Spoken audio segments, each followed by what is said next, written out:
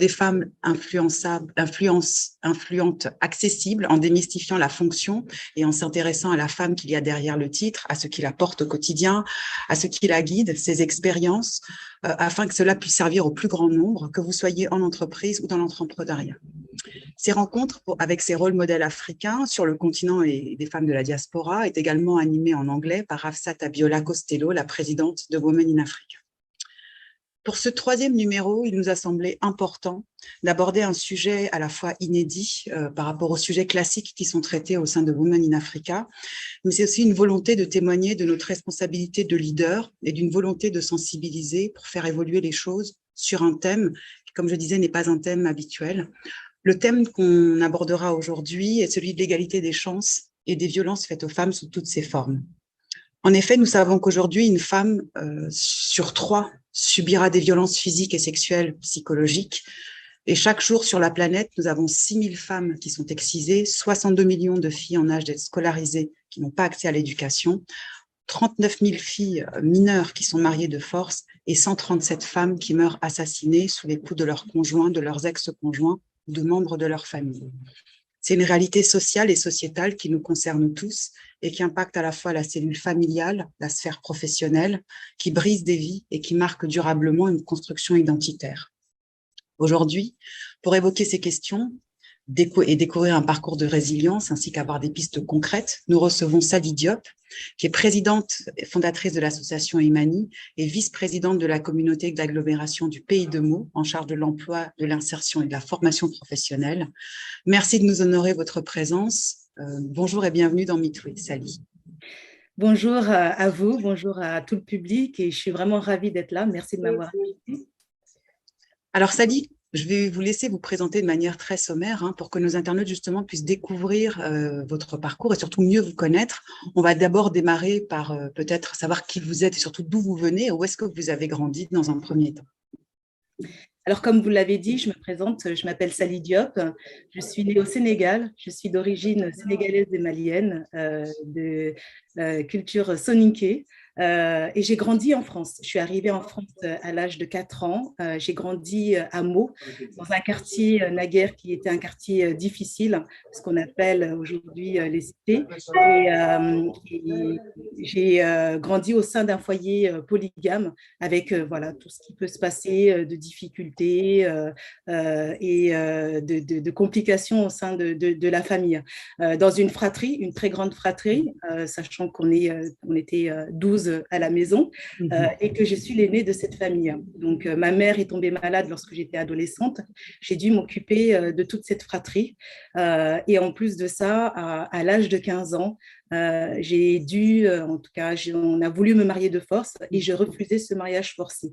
Ce qui a été très difficile parce qu'à mon époque, personne n'avait fait ça, de toutes mes cousines et de toutes les filles autour de moi. Je ne connaissais personne et je ne savais même pas que c'était possible de le faire. Donc, ça a été très, très compliqué à gérer.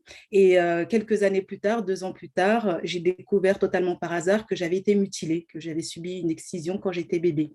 Donc, ça a été très difficile à encaisser. J'étais au départ dans le déni et plus tard, quand j'ai essayé de me reconstruire, alors déjà, il y a eu l'âge adulte, jeune adulte, où on commence, on a ces problèmes d'identité, où on a envie de s'insérer aussi professionnellement et où pendant une période pendant laquelle, comme beaucoup de jeunes, j'ai subi tout ce qui était discrimination, précarité, donc pas évident quand on est une femme noire en France et même si on a des diplômes, il faut quand même avoir le bon réseau et qu'on n'est pas dans le bon environnement, on n'a pas forcément le bon réseau et les bons outils pour pouvoir réussir et avoir les arguments et la confiance pour pouvoir réussir sa carrière professionnelle. Malgré tout, je suis de nature rebelle, je pense, depuis enfant. Je me suis accrochée, je me suis battue, je me suis reconstruite et je suis devenue aussi entrepreneur. C'était une manière pour moi aussi de créer ma place et de réussir, de réussir en tout cas ce que je voulais entreprendre et j'étais très heureuse. Et par la suite, mes petits frères qui étaient engagés dans une association sont venus me trouver en me disant est-ce que tu veux bien nous accompagner dans une association qui travaillait à l'insertion des jeunes de quartier. J'ai dit que c'était important de pouvoir montrer aussi aux plus jeunes, aux petits frères surtout, qu'il était possible de s'en sortir. Et donc, je me suis investie dans cette association et du coup, j'ai toujours été engagée. J'ai continué à être Justement. engagée. C'est justement ce point-là qu'on va. C'est important d'avoir un peu, j'allais dire, le paysage un peu dans lequel vous êtes construit, dans lequel vous avez grandi, et aussi pourquoi vous avez cette sensibilité par rapport à ces thématiques. Alors, on va forcément aller explorer, parce que vous avez déjà commencé à nous indiquer cette notion d'engagement, puisqu'en fait, chez vous, elle va prendre des formes multiples tout au long de votre. Avec la jeunesse, je veux bien que vous nous racontiez justement quel est le projet que vous avez accompagné et qu'est-ce qui vous a, de fil en aiguille, amené à travailler de plus en plus avec cette jeunesse sous différents prismes. Alors, comme je vous l'ai dit tout à l'heure, ça a commencé au niveau de cette association-là, où donc c'était à travers le sport. Hein, c'est toujours un bon moyen de capter les plus jeunes, hein, et notamment à travers le football. On a créé un concept qui s'appelait Tous footballeurs, où on alliait dans une même équipe les jeunes de quartier et les salariés d'entreprise. C'était un moyen de pouvoir permettre à ces deux mondes, quelque part, parce que parfois les jeunes de quartier ne connaissent pas trop le monde de l'entreprise, de pouvoir se rencontrer dans un moment convivial, d'apprendre à se connaître et ensuite de permettre aux salariés de coacher ces jeunes. Donc, de casser toutes les barrières qu'il pouvait y avoir dans ce moment sportif et par la suite d'avoir ce suivi et cet accompagnement. Donc, c'est comme ça que je me suis fait remarquer au niveau de la mairie de Meaux et je suis devenue en 2014 maire adjointe déléguée à la jeunesse. Donc là, ça a été une vraie responsabilité. Un saut, complètement. Engagement plus responsabilité. Voilà, un engagement.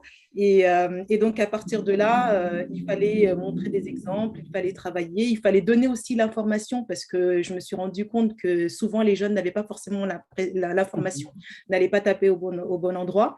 Et il était important de leur dire que finalement, tout est accessible. Là, on est à l'ère aujourd'hui du numérique avec Internet qui reste quand même un formidable outil où on peut se former, où on peut tout trouver, on peut avoir les connexions et on peut oser aller de l'avant en allant taper à toutes les portes, même si certaines restent fermées. Il y en a qui s'ouvrent, quelques-unes qui s'ouvrent et qui permettent de pouvoir réussir notre projet.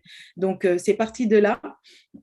Et en 2015, quand on a monté ce premier salon, il y a eu à l'époque Charlie Hebdo. Donc là, j'ai ressenti au montage Charlie Hebdo le poids de la responsabilité de l'élu, savoir s'il fallait maintenir ou non l'événement, sachant qu'il y avait des centaines de jeunes qui étaient présents sur cet événement-là et que le pays vivait une situation dramatique. C'était à moi de décider si oui ou non il fallait prendre la décision de continuer ou pas.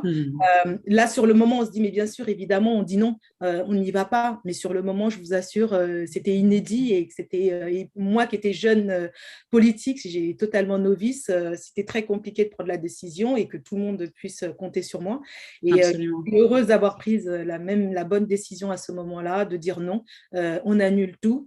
Et ça faisait sens en plus avec la suite. Mais en même temps, je me suis dit, tout ce que je peux faire au niveau local pour nos jeunes, on est tributaire de du contexte au niveau national et au niveau international. Donc, il faut aller beaucoup plus loin, il faut participer au débat. Et c'est de là que j'ai commencé et que j'ai voulu écrire ce livre pour montrer qu'il y avait aussi d'autres modèles, qu'il y avait d'autres choses qui existaient, qu'il y avait des belles réalisations, parce que je voulais parler de toutes ces personnes qui, autour de moi, pour moi, étaient des belles réalisations et en même temps raconter mon parcours pour que ça puisse aussi servir d'exemple. Voilà. Absolument. Alors, il y a ce premier engagement autour de la jeunesse que vous venez de nous décrire, ce qui a été un peu le starter avec vos frères, la manière dont vous avez évolué justement avec cet accompagnement au niveau de la jeunesse. Et on va voir plus avant dans l'échange ce que vous avez fait aussi et ce que vous continuez à faire pour cette jeunesse. Il y a eu ensuite l'emploi, deuxième phase de votre engagement. Alors, l'emploi, c'est peut-être ce que vous faites le plus aujourd'hui. Exactement. Dans vos fonctions actuelles. Oui, complètement. Alors aujourd'hui, donc, je suis vice-présidente à la communauté d'agglomération du Pays de Meaux en charge de l'emploi, de l'insertion et de la formation professionnelle. Aujourd'hui, on travaille sur des outils que l'on met en place pour pouvoir accompagner tous les publics. Alors déjà, il y a le premier public qui sont des publics à bas niveau de qualification, parce qu'il faut savoir que nous, dans notre communauté d'agglomération, il y a tout type de population, mais on a aussi beaucoup des personnes qui ont des bas niveaux de qualification. Il faut les accompagner et qu'il y a énormément de métiers aussi en tension. Donc, cette année, par exemple, ce qu'on a pu mettre en place, c'était, donc on avait un forum qui se déroulait sur une seule journée. On a décidé de l'enrichir sur plusieurs journées et notamment de faire plusieurs ateliers sur 2-3 jours avec tout ce qui était préparation pour les CV, pour les entretiens et également de la sophrologie pour de la gestion de stress, pour travailler l'entretien, parce que c'est hyper important, parce que voilà, il y a la communication verbale, mais il y a aussi non verbale qui joue énormément et la présentation. Donc, c'était important d'accompagner ce public-là en amont sur la semaine avant l'événement pour pouvoir leur montrer quelles sont les techniques pour pouvoir mieux réussir leurs entretiens et avoir justement ce fameux CV bien écrit, bien rédigé, sous toutes ses formes pour pouvoir cibler et toucher tout de suite le but en fait de cet entretien. Du recruteur, voilà. Et donc ensuite, sur la semaine suivante, pour aussi valoriser les métiers qui étaient en tension, on a créé des groupes de 10. On a fait de la mobilité. On les a accompagnés sur les visites d'entreprise. Donc ça, c'était vraiment très enrichissant. Et on a eu une journée pleine sur le site de l'insertion et du numérique, où on a présenté toutes les formations du numérique, parce qu'il faut savoir que ce sont des métiers où on gagne bien sa vie et on recherche énormément de personnel. Et en ce moment, en tout cas, c'est un petit ça intéressera ceux qui sont effectivement sur ces branches-là. Donc, on a déjà vu un engagement multiple dont on parlait. On a vu la première phase avec la jeunesse, la seconde avec l'emploi. Et il y a un thème qui finalement est d'une manière évidente, légitime par rapport à votre parcours, qui est celui de l'égalité des chances et puis des violences faites aux femmes sous toutes ses formes. Et alors, vous avez témoigné de votre parcours dans un livre autobiographique qui s'appelle Imani, que vous avez publié en 2019. Vous n'allez pas dévoiler l'histoire, hein. L'idée, c'est au moins de nous donner l'essence de ce livre, finalement, dans ce dialogue avec Imani. Nous, ce qui va nous intéresser, c'est Imani. Qu'est-ce que ça veut dire? Quelle est la signification de ce mot? Alors, Imani, alors il faut savoir que ce livre, je l'ai écrit sous forme de dialogue à ma fille imaginaire. À l'époque, je n'étais pas encore maman. Et comme quoi, ça s'est concrétisé. Je suis devenue maman d'une petite fille. Donc, comme quoi, il faut vraiment y croire. Mais qui ne s'appelle pas Imani, bien sûr. Voilà, bien sûr. Et donc, j'avais choisi pour cette petite fille, en tout cas que j'imaginais, cette petite fille qui était moi, peut-être enfant, que j'imaginais, j'avais choisi comme prénom Imani. Pourquoi? Parce que Imani, en tout cas, me parlait énormément pour plusieurs raisons. Parce que Imani est un dérivé du prénom arabe Iman, qui signifie en même temps la foi, la croyance, celui qui règne sur terre et dans le ciel. Et dans d'autres langues, dans certaines langues, notamment au Rwanda, Imani veut dire Dieu. Pour moi, il y a aussi cette résonance dans mon esprit, en tout cas, où Imani me fait penser à âme, ami et surtout à humanité. Et c'est ça que je voulais que l'on ressente, en tout cas dans ce livre, ce message que je voulais apporter, moi, d'humanité. D'où le choix de ce prénom. Le choix de ce prénom. Et alors, c'est vrai, ce livre avec ce dialogue avec cette petite fille, alors imaginaire certes, ou cette petite fille intérieure qui était la vôtre, en tout cas, ça vous a donné plus de force, plus de courage. Et en fait, à sa lecture, on sent que ça a réveillé chez vous le souhait de contribuer activement à ces causes. Et c'est peut-être sans doute pour cette raison qu'avec cette foi dans l'humanité, vous avez créé donc cette association Imani, avec cette baseline qui est la force au féminin. Et en fait, pour pouvoir justement présenter votre association, je vous propose de la décrire sous différents axes. Le tout premier, c'est déjà de comprendre quelle est la vocation de cette association aujourd'hui. Alors, Imani a pour objet 3 axes. Le premier axe, bien évidemment, c'est lutter contre toutes les formes de violences faites aux femmes.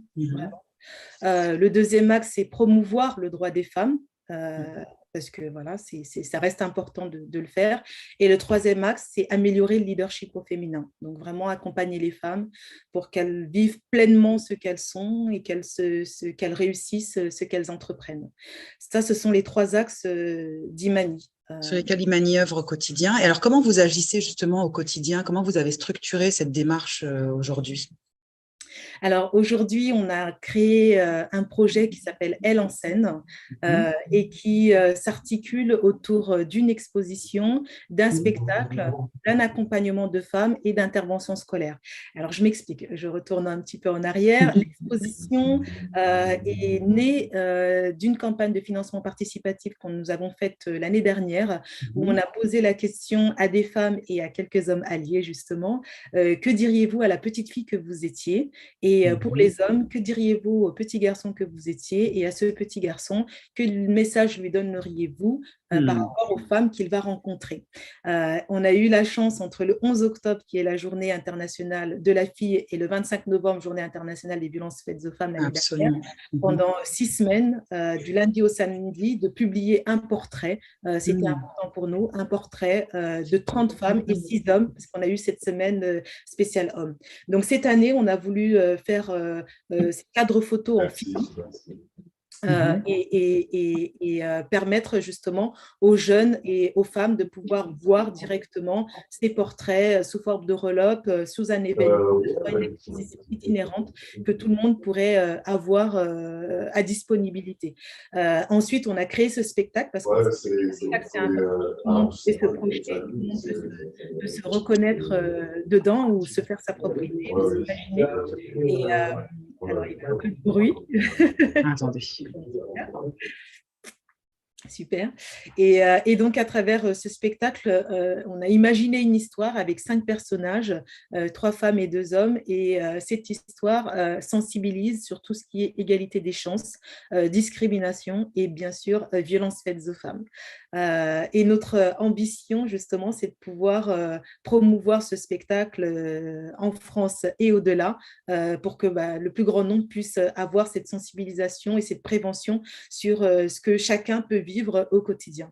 Et enfin, ce que l'on fait, et après ce spectacle, il va nous servir d'outil pour pouvoir déjà dans un premier temps accompagner les femmes, donc accompagner des femmes sur du coaching, sur des ateliers de soft skills, sur travailler sur elles, travailler sur leur histoire, travailler sur comment se réaliser et comment réussir leur projet professionnel. Donc c'est vers l'insertion, vers l'emploi que l'on veut accompagner ces femmes sur une période de 6 mois, parce qu'il faut prendre le temps d'ingurgiter ce que l'on apprend en atelier. Donc ça va être un atelier par mois et avec des objectifs à chaque fois à atteindre, et en plus en groupe. Donc ça veut dire que c'est un cheminement que l'on fait ensemble et on grandit ensemble. Et dans le même temps, parce qu'il faut éduquer nos jeunes, et c'est eux qui vont transmettre, qui vont faire évoluer les mentalités.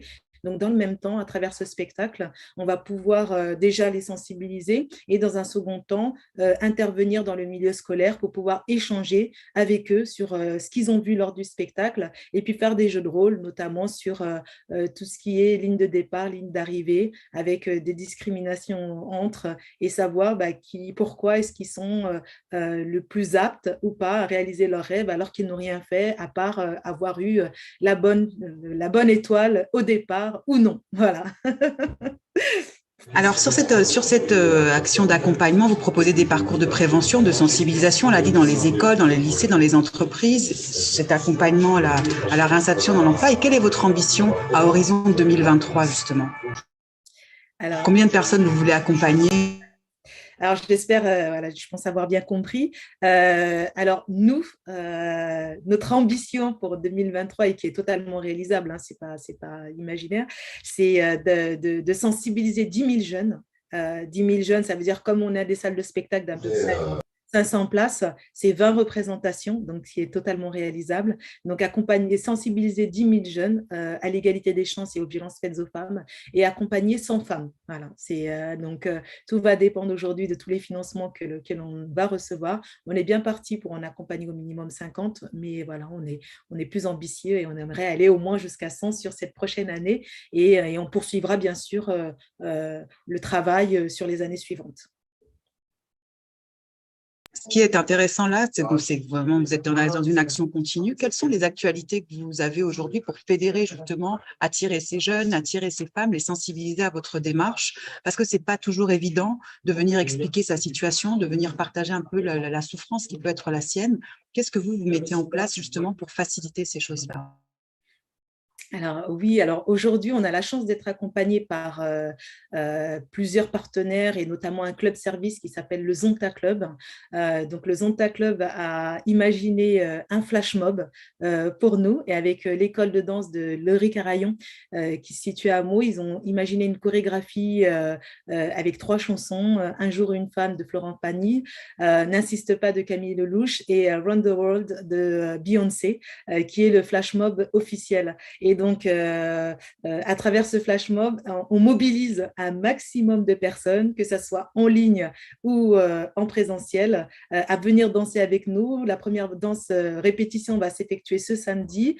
Le direct, le live, l'officiel sera le samedi 15. Et bien sûr, sur nos pages, sur nos réseaux, il y aura la danse. Tout le monde va pouvoir faire sa petite danse, va pouvoir nous poster ses vidéos. On a des partenaires qui vont recenser tout ça. Et l'idée, c'est vraiment de créer une émulation autour de cette danse, autour de cette énergie, autour de cette multiculturalité, j'ai envie de dire, cette pluralité où chacun va pouvoir s'exprimer à sa manière. Et ce flash mob permet aussi de pouvoir financer notre projet parce qu'il y a une vente de snoods, de bonnets, de goodies pour pouvoir justement financer le spectacle et l'accompagnement des femmes. Une belle actualité, là, très, très prochainement. Et comment, vous savez que Women in Africa, il y a quand même une diffusion, on parle aux diasporas, on parle effectivement aussi aux personnes du continent. Dans ce que vous proposez en termes d'outils, comment est-ce que vous pourriez aussi leur donner envie peut-être de suivre votre association, peut-être aussi de communiquer des éléments d'information aux familles qui seraient les leurs et qui seraient là aujourd'hui en train d'écouter cette émission? Alors déjà, j'invite tout le monde à ne pas hésiter à aller sur nos réseaux sociaux imani-asso.com, que ce soit aussi sur notre site internet. On diffuse toutes les informations au quotidien. Nous, on crée des outils. L'idée, là, aujourd'hui, c'est vraiment de créer des outils à travers ce spectacle, qu'il soit filmé et qu'il puisse servir. Alors, si on peut faire des représentations, comme je l'ai dit, sur toutes les salles de spectacle, que ce soit en France ou sur le continent africain, bien évidemment, on a une troupe qui est professionnelle, qui joue ce spectacle, qui sera prête à se déplacer. Voilà, il suffit juste de fixer les dates en amont et de prévoir les déplacements. C'est aussi un outil que l'on veut en plusieurs langues, donc qui va être traduit notamment en anglais aussi très prochainement. Donc l'idée, c'est aussi de pouvoir toucher et le public francophone, mais aussi le public anglo-saxon. Et dans le même temps, si le spectacle ne peut pas être diffusé à terme, ne peut pas être diffusé, en tout cas dans une salle de spectacle, c'est d'avoir ces vidéos et que ces vidéos-là nous servent d'outils entre des trailers, on ne rêve pas, mais on imagine déjà même peut-être pourquoi pas faire une série à terme si les gens s'attachent à nos personnages et que l'on souhaite développer en tout cas l'histoire de ces personnages sur une mini-série que l'on proposerait. On a déjà potentiellement des partenaires qui peuvent être intéressés en tout cas. Et au-delà de ça, on aimerait aussi, en tout cas on accompagne aussi des entreprises qui auraient envie de sensibiliser leurs salariés, hommes et femmes, déjà sur cette question-là, et d'autre part pour toutes les femmes, pour leur dire, voilà, vous pouvez oser, vous pouvez y aller, vous pouvez communiquer, vous pouvez échanger, vous pouvez parler de vos problématiques et essayer un début de solution en tout cas. Alors, Sally, quand on vous écoute et qu'on vous voit avec cette énergie, ce dynamisme, ce pep, cet engagement, qui est pluriel, effectivement, et puis qui se traduit sur différentes actions que vous avez évoquées, on pourrait légitimement se poser la question, comme on l'a là dans la question d'un de nos internautes, de savoir comment est-ce que vous vous y êtes pris, vous, pour arriver à cette phase-là et à ce rayonnement qui est le vôtre aujourd'hui. Comment vous avez fait pour vous reconstruire? Je pense qu'il faut s'écouter. Il faut vraiment s'écouter, faire confiance à son instinct, écouter cette voix intérieure. Quand elle nous dit non, c'est qu'à l'extérieur, il y a quelque chose qui ne nous convient pas. Et ne pas hésiter à dire non quand il faut dire non. Et moi, je le dis toujours, à 15 ans, cette décision d'avoir dit non, ça a changé ma vie. Voilà, ça a vraiment changé ma vie parce que, pour plusieurs raisons, comme tout le monde peut se l'imaginer, j'aurais été mariée avec un homme que je n'aime pas, sans doute eu des enfants avec un homme que je n'aime pas, subi des violences parce qu'à partir du moment où on ne l'aime pas, on subit des violences de la part d'une personne. Et au final, peut-être qu'aujourd'hui, ni moi je ne serais certainement pas heureuse et j'aurais eu l'impression d'avoir perdu beaucoup d'années, mais je pense peut-être que lui aussi, et ça aurait peut-être fini par une séparation. Je dis ça pourquoi? Parce que je l'ai vu et je le vois encore aujourd'hui beaucoup autour de moi, où des personnes se disent aussi, oui, mais on a la pression de la famille, on a la pression du loyer à payer, on a la pression. J'ai envie de dire, il vaut mieux dire non et après, en général, je ne sais pas, je pense que c'est comme si à partir du moment où on suit son instinct, les choses se mettent en place et même si ce n'est pas toujours évident sur le moment, quelques années plus tard, on regarde en arrière, on se dit, ah, finalement, on a bien fait de faire ce choix-là parce qu'il nous ouvre des portes et il y a toujours des solutions qui arrivent, toujours. Et qu'au final, on devient un rayonnement. On est tous des exemples, hein. Je dis toujours, on est toujours un exemple potentiel pour ceux et celles qui nous entourent. Et au final, même nos parents, eh ben, ils finissent par changer de mentalité, ils finissent par se dire, bah, finalement, tu avais peut-être raison. Et puis finalement, même nous, on est peut-être plus heureux comme ça parce qu'on se rend compte que bah, ce choix-là, il nous a aussi permis à nous de nous libérer sur voilà, des choses avec lesquelles on n'était pas en accord et de trouver des voies, en tout cas des choses qui résonnent plus en eux. C'est pas simple, ce n'est jamais simple et ce n'est simple pour personne de dire non ou de quitter un boulot quand on a une famille à nourrir, etc. Mais en même temps, il vaut mieux peut-être dire non et s'arrêter là plutôt que de finalement être empêché par la vie, soit par une maladie, soit par un accident, ou soit par autre chose de beaucoup plus grave. Et en même temps, je le pense sincèrement, c'est qu'à un moment donné, quand on ne s'écoute pas, la vie nous renvoie toujours des signes de plus en plus, j'ai envie de dire, difficiles, et qu'à un moment donné, si on est en vie, à un moment donné, soit on finit dans le regret, dans l'amertume, mais on finit toujours par soit devoir se dire, bah, on doit faire ce travail-là à un âge beaucoup plus avancé, alors du coup, on aura peut-être perdu 10 ou 15 ans, ou soit on finit malheureux, et je pense que même quand c'est pas évident, quand on arrive à faire les bons choix, quand on est en accord avec soi-même, quand on est aligné, non seulement on est bien soi-même, mais en plus on est bien pour les autres. Et l'exemple, la transmission pour ses enfants, c'est toujours mieux parce que ça Alors, leur donne le oui. choix.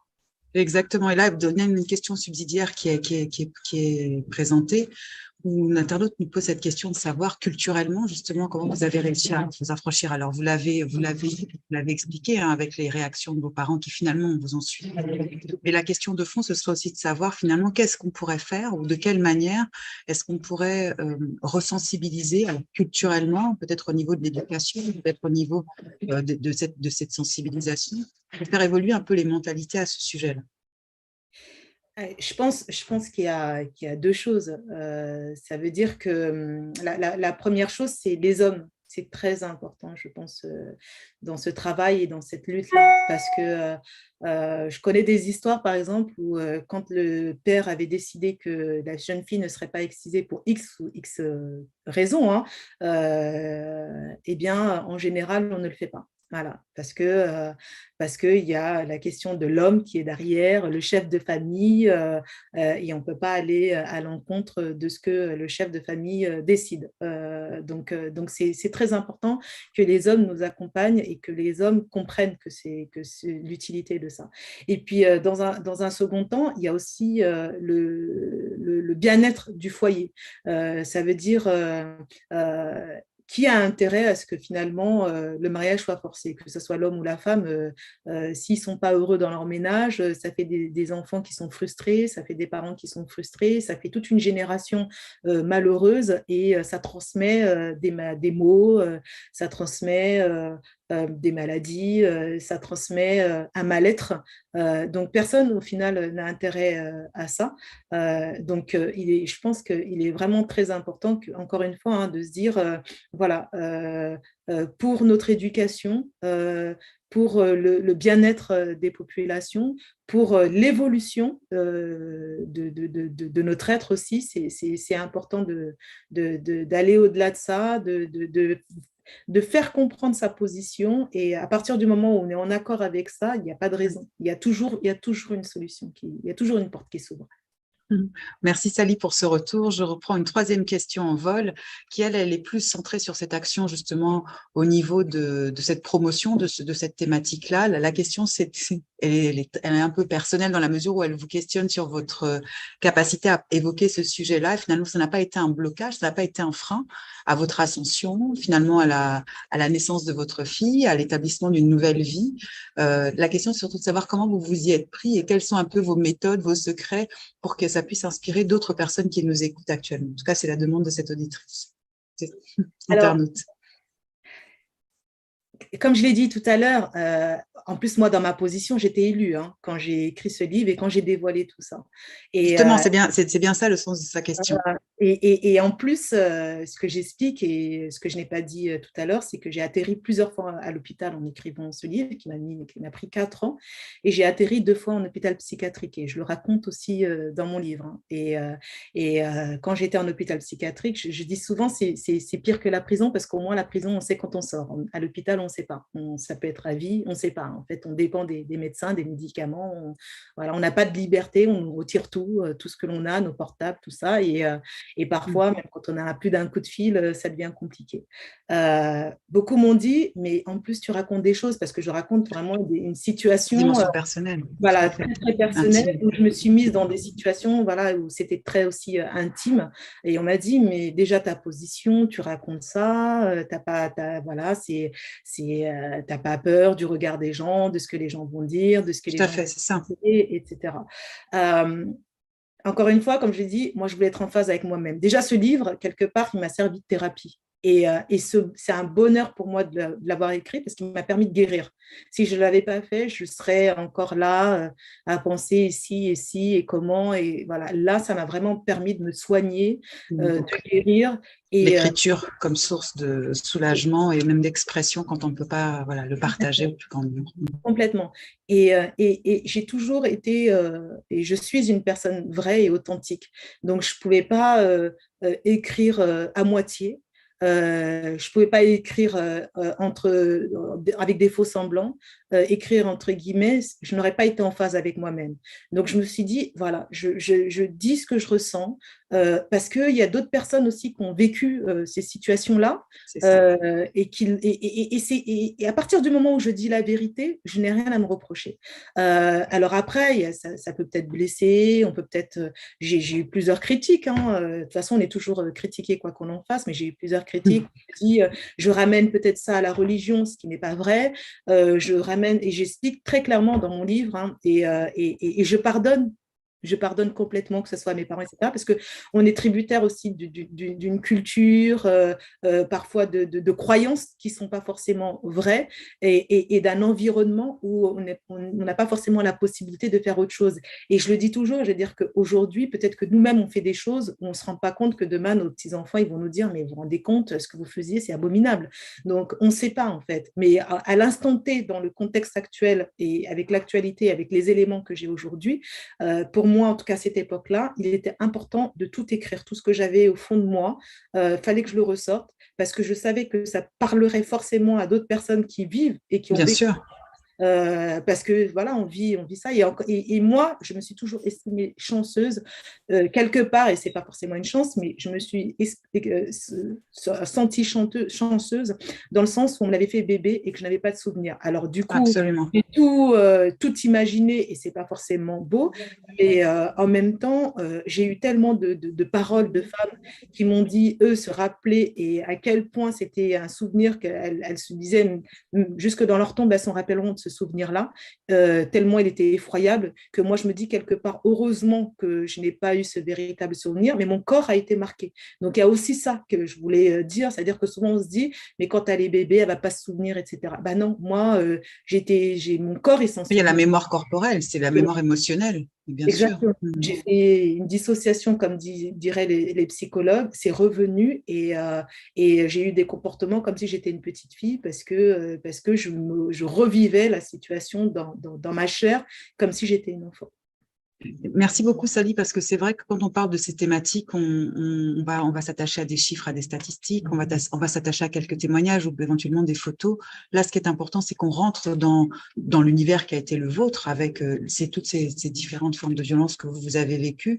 Ce message aussi que vous portez avec des actions très concrètes que vous soutenez au quotidien, qui est aussi là, parce que ce livre, vous le dites, voilà, il a révélé une forme d'intimité. C'est un livre qui a été reconnu, qui a été primé, qui vous a permis aussi d'une certaine manière à la fois de vous guérir, mais également aussi de pouvoir partager cette situation-là de manière simple pour faire d'une certaine manière un appel à d'autres ou un appel d'air ou peut-être soulager ceux qui peut-être n'arrivaient pas les mots ou ne pouvaient pas s'exprimer pour partager ces thématiques qui sont extrêmement douloureuses, extrêmement difficiles. Merci beaucoup pour ces points que vous avez évoqués. J'aurais envie de vous demander, alors aujourd'hui, vous avez dit, voilà, on voit votre déploiement professionnel, on voit également la maman épanouie que vous êtes aussi. Est-ce que vous avez, alors quelles seraient, j'allais dire, alors vos envies et vos rêves? C'est deux choses différentes, mais pourtant tout aussi puissantes l'une et l'autre, qui vous portent aujourd'hui en tant que femme leader, en tant que mère, en tant qu'épouse? Alors, c'est vrai, comme vous l'avez dit, hein, j'ai eu ma petite fille, donc, et elle m'apporte de la joie chaque jour. Et elle me donne aussi la force de me battre, de me lever, de faire ce que je fais et de m'accomplir. Je grandis avec elle, comme je dis, parce que quand on revoit les enfants, on se dit bah, finalement, rien ne les gêne, rien ne les choque, il n'y a pas de différence.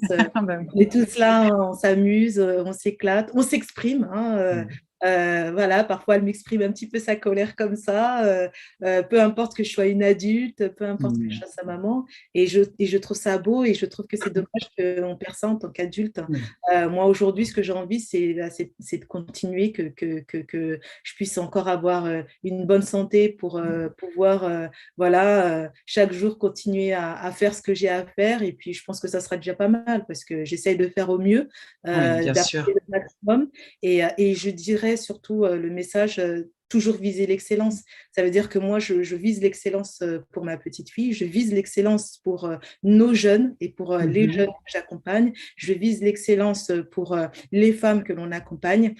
Donc, j'essaie, avec bien sûr mon collectif, avec tous les partenaires, de mettre à disposition des gens que l'on accompagne et de notre jeunesse les meilleurs outils pour que Bien eux sûr. aussi s'exprimer, les utiliser à bon escient et avoir les meilleurs parcours. Alors là, on aurait un monde Ça, c'est la part de rêve, absolument, hein, sur laquelle vous travaillez activement. Voilà, pour que ça se réalise, tout à fait. Pour que ces chiffres qu'on a cités en début d'émission puissent en tout cas baisser, idéalement disparaître, pour que justement ces notions d'éducation, ces messages forts que vous transmettez, hein, qui est finalement une manière de sensibiliser aussi bien les hommes que les femmes, les jeunes femmes ou les jeunes hommes qui nous écoutent aujourd'hui, je veux dire, ou les moins jeunes, justement, qui s'interrogent à ces sujets, qui n'osent pas, pour la part du regard social, s'exprimer ou partager. Je pense qu'avec tous les éléments que vous avez évoqués, auront au moins de la matière par rapport à ça. Moi, je vous demanderais pour le mot de la fin, justement, quel serait le message fort que vous auriez envie de partager à ces jeunes, à ces adultes qui nous regardent, si vous aviez une ligne. J'ai combien de temps? Alors, donc, 5 minutes. Mais oui. Alors, en fait, moi, j'ai des mots, des mots-clés, en fait. Le premier mot, comme le disait Nelson Mandela, hein, qui est un père spirituel cher pour moi, c'est l'éducation. Hein. C'est l'outil le plus puissant qu'il puisse avoir dans ce monde. Chaque jour, il n'y a pas d'échec, en fait. J'apprends. Soit je réussis, soit j'apprends. Et on le fait chaque jour, on se lève et on apprend. Et on grandit et on apprend des nouvelles choses et on s'en sert pour accomplir de nouvelles choses. Voilà. Et c'est comme ça jusqu'à ce qu'on s'éteigne. Voilà. Ça, c'est le premier mot. Le deuxième mot, c'est l'exemplarité. Encore une fois, voilà, c'est Aujourd'hui, je suis une maman et j'en ai conscience. J'aurais beau dire tout ce que je veux à ma fille, si je ne lui montre pas l'exemple, Bien sûr.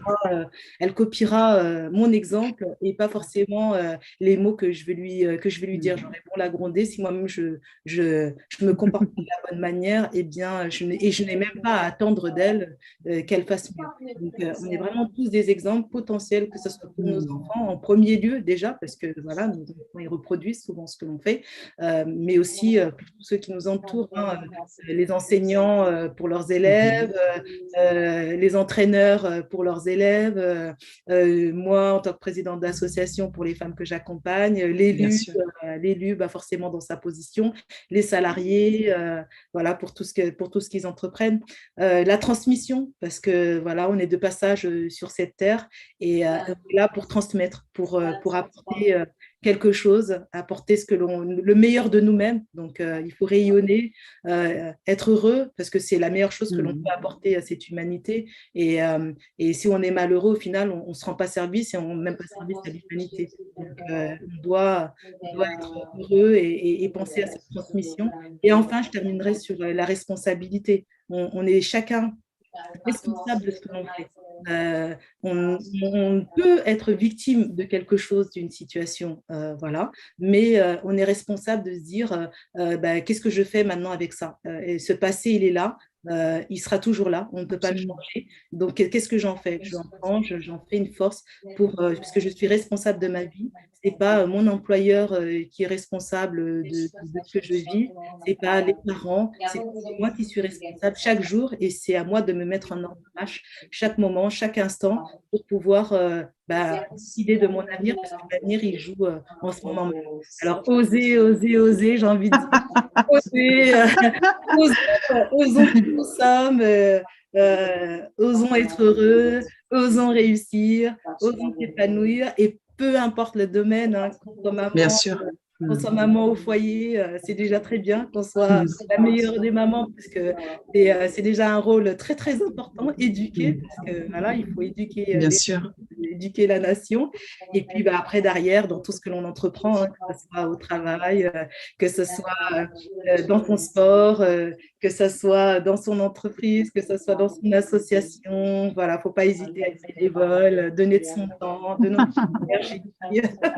Voilà, moi, C'est pour ça que Sally nous demandait combien de temps elle avait pour donner son mot de la fin. Mais effectivement, on retiendra ces mots-clés, hein, comme vous avez dit, qui sont extrêmement importants parce qu'ils sont un peu fondateurs dans un mode de fonctionnement aussi qui permet d'aller de l'avant.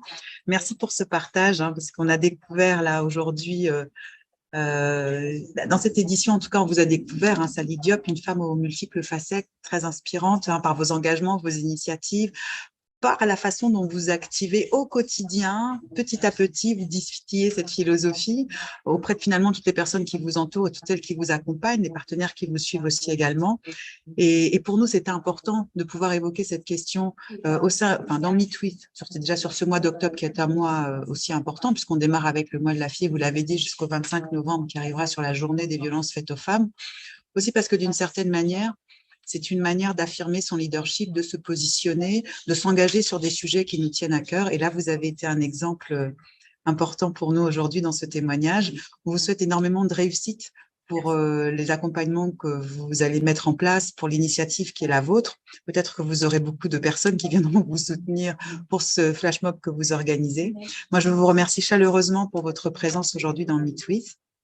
Et moi, je vous remercie pour la qualité, en tout cas, de l'échange, que j'ai beaucoup apprécié, en tout cas. Merci à vous. Je remercie également les équipes de Women in Africa, Cilia et Héloïse, hein, pour leur accompagnement à toute épreuve et de tout temps. Je vous retrouve pour ma part le mois prochain à la rencontre d'un autre leader francophone influent et talentueux. Merci à tous pour votre écoute et à très bientôt.